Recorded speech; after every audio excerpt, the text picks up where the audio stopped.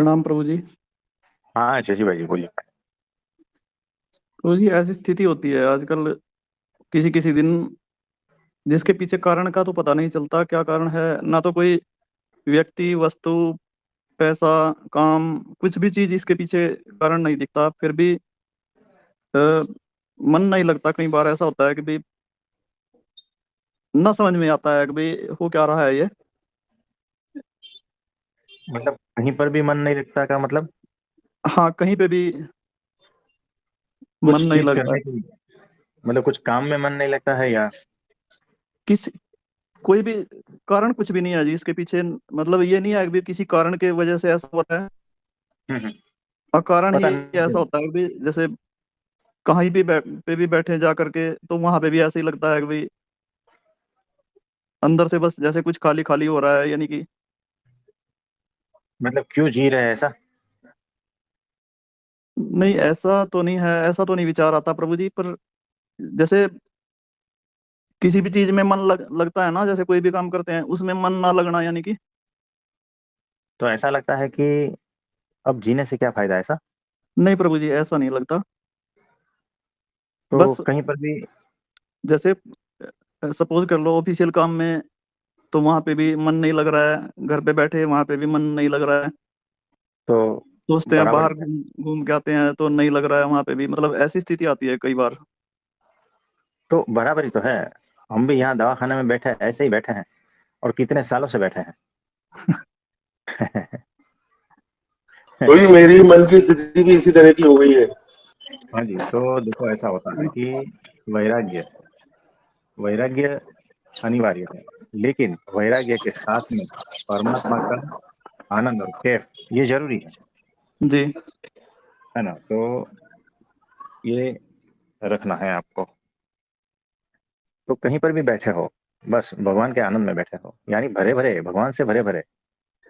संसार से तो खाली खाली है ना। जी लेकिन एक चीज बाकी है कि भगवान से भरे भरे। तो हर पल परमात्मा से ओत प्रोत फुल्ली लोडेड, है ना। ऐसे रहना है। जी जी तो एक स्टेप पार हो गया है, दूसरा स्टेप बाकी है। तो वो कैफ आनंद छलकना चाहिए। आपने देखा होगा पूरा ग्लास भरा हुआ है ना। जी। या तो सोचो कि बहुत बड़ा तबाकड़ा है, यानी क्या कहते हैं जिसको, जिसमें आटा गूंथते हैं, क्या बड़ा पात्र रहता है ना।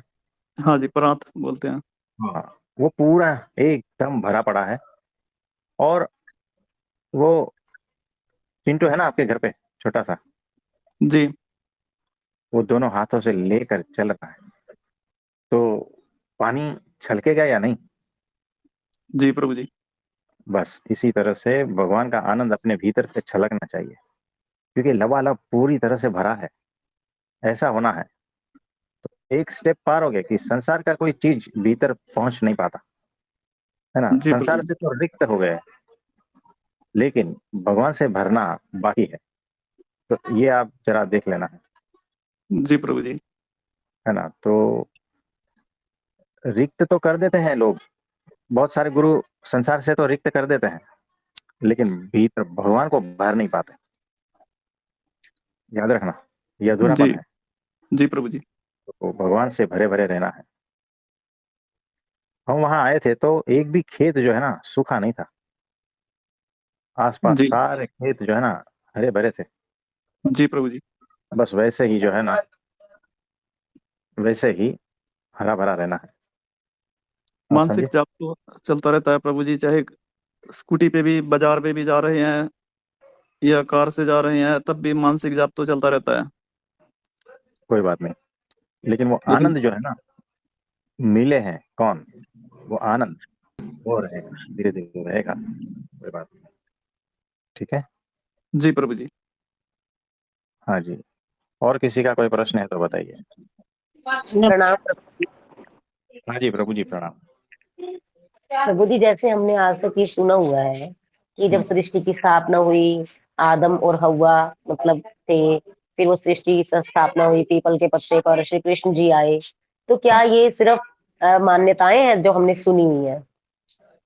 आपने देखा है ये सब? नहीं ना। आपके गुरु ने कहा है? नहीं। बात खत्म कर दो। हाँ जी, ठीक है। और एक और चीज, जैसे हाँ कल संडे था तो हाँ हाँ तुलसी का पत्ता तोड़ना था, जैसे बुखार था, तो हाँ। हमारे घर में जैसे ही कहा जाता है कि संडे को तुलसी नहीं तोड़नी। हम्म। तो तो मेरा अर्थ ये उनका मेरे को मैंने उनको ये कहा कि बीमार है और यदि हम्म। उसका काढ़ा बनाना है कुछ भी, वो एक औषधि है, तो हाँ औषधि के रूप में उसको क्यों नहीं तोड़ सकते? बराबर है। तो क्या आंसर तो मिला? ये भी मान्यता खत्म हो गई। बराबर है, सीधी बात है। तो हम्म, ऐसा कुछ नहीं है है ना? हाँ नमस्ते प्रभु जी। हाँ जी प्रभु जी। जैसे अभी शशि भाई बात कर रहे थे, उसमें ये है कि जैसे बंजर भूमि की अपने आप में कोई वैल्यू नहीं होती, बस वो सिर्फ होती है। हाँ ठीक है। तो अब जैसे ये जो सारी सृष्टि की लीला चल रही है, सिर्फ हाँ हमें उसको देख के अपने अंदर से भरपूर रहना है कि हमें कौन मिले हैं, हाँ जी। और उस लीला का आनंद लेना है। जैसे फिल्म देखते हुए कोई बोर नहीं होता, है हाँ ना? तो हाँ उसका एक आनंद लेता रहता है। अब वो हो गया संसारिक वे में, हाँ। और परमात्मा के वे में हुआ कि उस ज्ञान का मनन चिंतन चलता रहे, और प्रभु जी की लीला परम्पार उसके चिंतन में खोए रहे, तो आनंद बरसता रहेगा। ऐसा एग्जैक्टली सही पकड़ा है। और यही है बस कि संसार से रिक्त हो गए हैं, माया से रिक्त हो गए, अब माया छू नहीं पाती। लेकिन अब क्या? अब वो जो है परमात्मा की लीलाओं का आनंद लेना है। और ये सारी सृष्टि उनकी लीला चल रही है। सारे मनुष्यों में, सारे प्राणियों में, सब जीव जंतुओं में सिर्फ उनकी ही लीला चल रही है। उस लीला को साक्षी भाव से देखना है, आनंदित रहना है। उस लीला को साक्षी भाव में रहते रहते लिप्त होकर उसमें उसका हिस्सा बन जाना। आप समझे? ये हो गई पूर्णता की स्थिति। तो वैराग्य आधा स्थिति है, यानी अभी अधूरी है स्थिति, अभी पूर्णता नहीं है। पूर्णता तो तब होगी जब परमात्मा की लीलाओं का आनंद आपके भीतर से बहेगा, पूर्ण होश में, पूर्ण साक्षित्व में, पूर्ण ज्ञान में। ये हो गया पूर्ण स्थिति। इसको कहते हैं पूर्ण काम। अब कोई इच्छा नहीं, है ना? तो एग्जैक्टली बराबर है, यही है, ये सूत्र है। ये भी लिख लेना, याद रख लेना। ठीक है। हाँ जी, और किसी का कोई प्रश्न है तो बताइए। प्रभु जी प्रणाम। हाँ जी प्रशांत भाई बोलिए। प्रभु जी मैं कहता जैसे परमात्मा या जो हमारे सत्पुरुष हैं, जो ब्रह्मज्ञानी सत्पुरुष हैं, उनसे अभी प्रेम 50% ही हो पाया है, तो 50% कब तक होगा? समय का कोई नहीं, अपेक्षा रहित प्रतीक्षा। उन्होंने कहा होगा तो हो जाएगा, बात खत्म। जी जी है ना? प्रभु जी। जी तो वो करता रहता, बाकी का वही है। जी प्रभु जी। ठीक है। जी प्रभु जी। हाँ जी, और किसी का कोई प्रश्न है तो बताइए। प्रभु जी प्रणाम। हाँ जी रवि भाई बोलिए बोलिए। ये कल मैं थोड़ा सा वशिष्ठ रामायण का पढ़ रहा था, मतलब योगा वशिष्ठ, सॉरी, प्रभु श्री हम्म, राम और वशिष्ठ, जो उनका संवाद, तो उसमें हम्म, अद्वैत स्थिति का वर्णन किया है। तो और शंकराचार्य जी ने भी कहा है कि ब्रह्म सत्य जगत मिथ्या। तो उसका लेकिन मुझे ठीक से मतलब मनन तो नहीं हो पा रहा है। मतलब एग्जाम्पल आप बहुत अच्छे से एग्जाम्पल दे के समझाते तो शायद उससे थोड़ा सा ठीक से समझ में आ जाएगा। तो आप थोड़ा बताएंगे तो थोड़ा थोड़ा पता है, लेकिन और ठीक से चाहिए मुझे तो वो मनन सही करना। तो बता रहे हैं, इसमें कोई गलत तो नहीं बता रहे हैं। तो इसमें क्या नहीं हम्म। समझ में आया? तो जैसे अ, ये जगत मिथ्या करके बोल रहे, ब्रह्म सत्य बोल रहे, तो थोड़ा सा समझ में आ रहा है कि ये हम जो मन मतलब शरीर है, मन है, तो मन हम्म, तो सूक्ष्म है, शरीर तो जड़ हम्म, है। अब हम्म, शरीर के इंद्रियां है, तो इंद्रियों से जो हर कुछ देखने वाला जानने वाला वो सूक्ष्म है, वो चेतन है बेसिकली। हाँ मन से ऊपर है, वो चेतन है। तो चेतन हाँ तो जड़ की तरह लिमिटेड नहीं है, वो तो अनलिमिटेड है, अनंत है, इनफाइनाइट है। तो हम्म, ब्रह्म मतलब वही ब्रह्म मतलब का मतलब है कि ब्रूह ब्रूह मतलब जो व्याप्त है, सर्वव्याप्त है, सब जगह पे है, तो वो हाँ चेतन है। तो वो हम्म, सीमित नहीं है, असीमित है। तो वो हाँ वही सत्य है, और बाकी सब मिथ्या है, जगत मिथ्या है। क्योंकि वो जगत मिथ्या को कहा गया है क्योंकि वो तो बदलते रहता है ना। जो जो बदलता है वो सत्य हाँ। नहीं है, और जो जानने वाला है, अनुभव करने वाला है, वो जो है वो वो ऐसा चेंजलेस है, वो हमेशा सत्य है। तो तो मतलब कि उस सत्य में स्थापित होना होना ज़रूरी है, त तब वो ठीक से समझ में आएगा। अदरवाइज़ हम हर बार हम जगत मिथ्या है जानते हैं, लेकिन उसमें अटक जाते हैं। तो देखो, ये है। इसको जो है मैं दो तरीके से समझाऊंगा, ठीक है? और धोऊंगा। ठीक है, पहली बात। यस। ये जो कह रहे हैं ना कि ब्रह्म सत्य जगत मिथ्या, तो उसमें जगत का डेफिनेशन ठीक से दिया नहीं, ब्रह्म का डेफिनेशन ठीक से दिया नहीं। ठीक है, मुझे एक बात बताओ, ये जो ब्रह्म है, ये जो भी कुछ दिख रहा है ना या नहीं दिख रहा है, वो सारा का सारा ब्रह्म ही है। और जगत किसको कह रहे हैं? तो जगत भी ब्रह्म में ही है। यानी ये जो अलग अलग करके देख रहे हैं ना, यानी भेद दृष्टि है वहां पर, अद्वैत दृष्टि नहीं है। जिन्होंने कहा है कि जगत मिथ्या और ब्रह्म सत्य, वो अद्वैत दृष्टि नहीं है। आप समझो, है ना, वहां पर भी भेद दृष्टि है।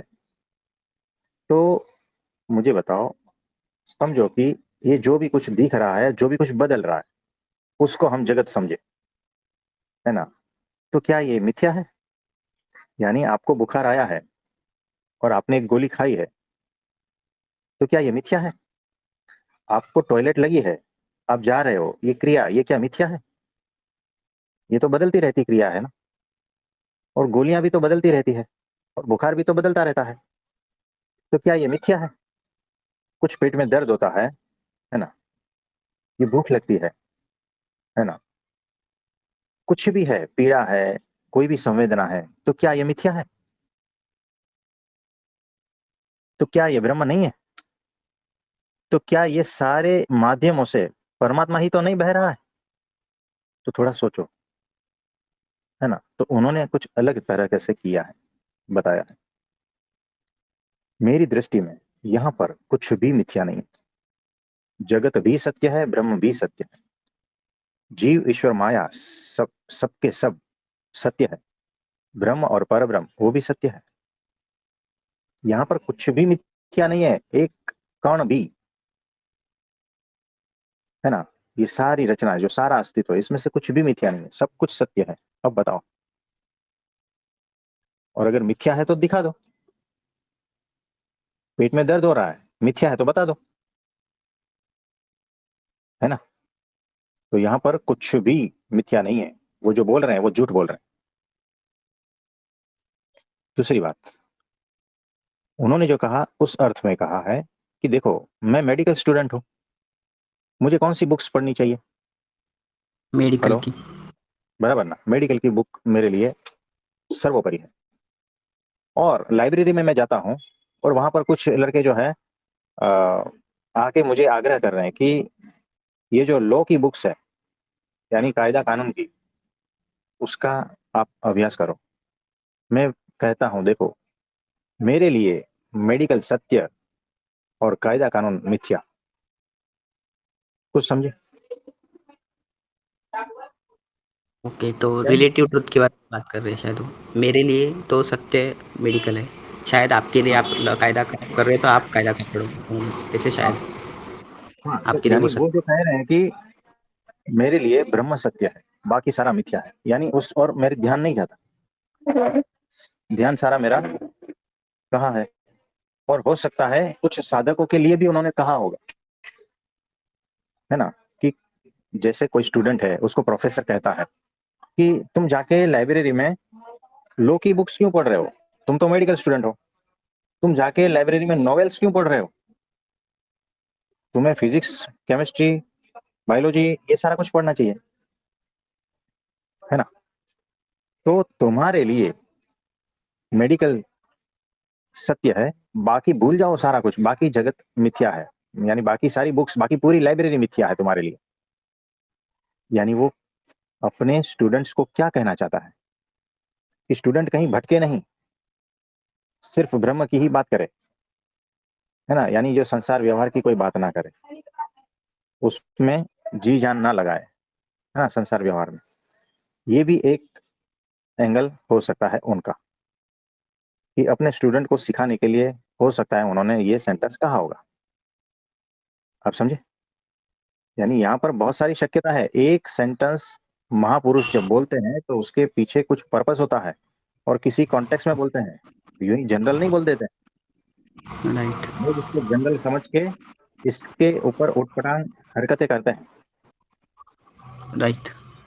आप तो समझे? बेसिकली वो एक अलग अवस्था में रहते हुए उन्होंने वो सत्य कहा है और वो उन्हीं को कहा है कि उस अवस्था में वो जो है ना, उनके लिए हाँ। ये सत्य राइट स्टेटमेंट है, जो भी उन्हीं की बराबर। जैसे ब्राह्मी स्थिति हाँ। में शायद स्थापित है, स्व के अनुभव में स्थापित है, तो फिर उनके लिए तो जगत मिथ्या ही लगेगा ज़रूर।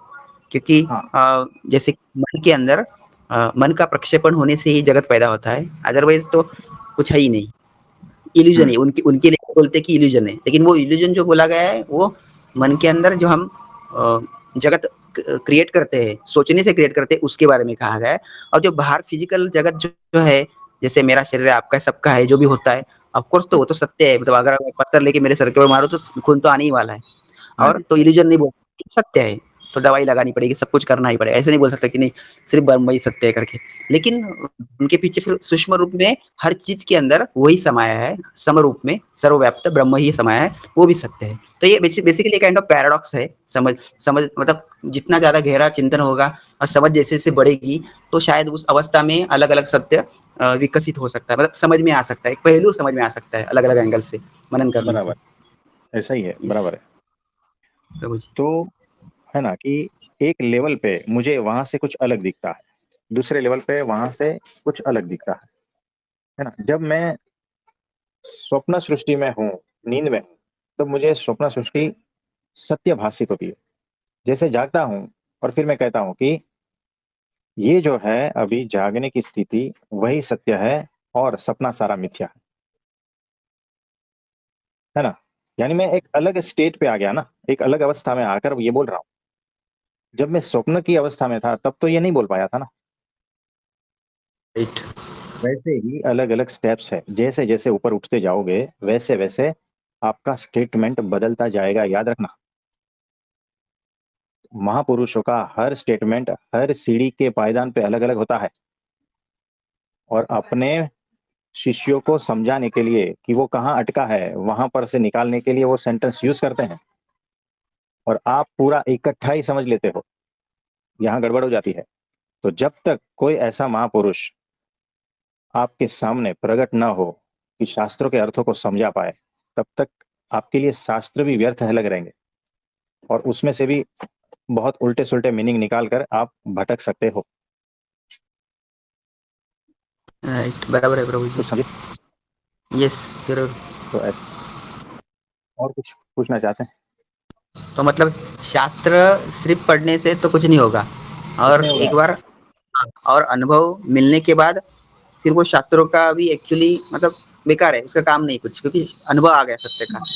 हाँ जी। तो कुछ अवस्था मतलब, और बाद में भी ऐसे भी हो सकता है कि जैसे जैसे अनुभव और समझ बढ़ती जाएगी, शायद हम्म। शास्त्र पढ़ते पढ़ते उसका अलग अलग मीनिंग और गहरे तरीके से अलग अलग से समझ भी आ सकता है, हाँ, ऐसे भी हो हाँ सकता जी, वैसा भी है। है।